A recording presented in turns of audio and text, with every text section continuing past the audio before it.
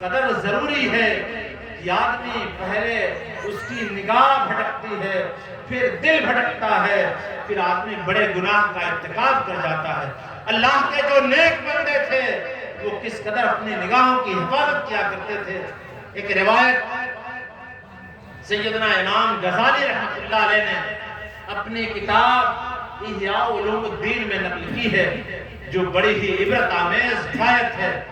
آپ فرماتے ہیں کہ حضرت سیدنا عیسیٰ علیہ السلام کا زمانہ مبارک تھا، بارش نہیں ہو رہی تھی، قحط سالی پڑ گئی تھی، لوگ پریشان تھے، پیاس سے بے چین تھے۔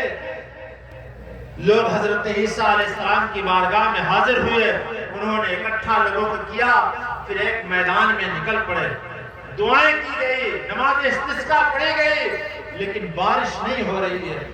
انہیں منع کر دیا گیا۔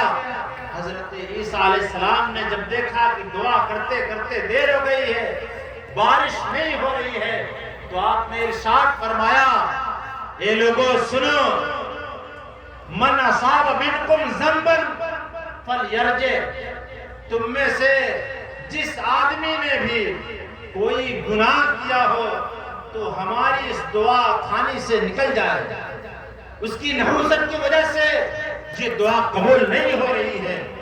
حضرت عیسیٰ علیہ السلام کا ارشاد فرمانا تھا کہ اس میدان سے پورے آدمی ایک ایک کر کے نکل گئے، کوئی ایسا آدمی نہیں تھا جس نے کوئی گناہ نہ کیا ہو۔ اس میدان میں اللہ کا نبی سیدنا عیسیٰ علیہ السلام تشریف فرما ہے اور ان کے ساتھ آپ کا ایک امتی ہے۔ حضرت عیسیٰ فرماتے ہیں، سارے لوگ تو چلے گئے، اے بندے کیا تو نے کوئی گناہ نہیں کیا ہے؟ وہ عرض کرتا ہے، اے اللہ کے نبی، زندگی میں نے ایک گناہ کیا تھا اور پھر میں نے اس کی توبہ بھی کر لی۔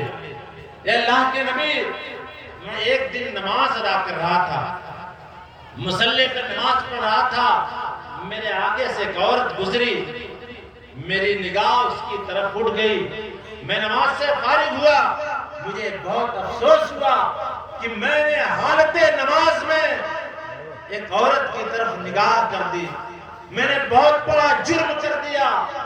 اے اللہ کے نبی، مجھے خیال آیا کہ میں توبہ کروں۔ اس وقت میں نے اپنی شہادت کی انگلی اپنی آنکھ کے گڈھے میں ڈالی اور اتنے زور سے آنکھ کے گڈھے میں ڈالی کہ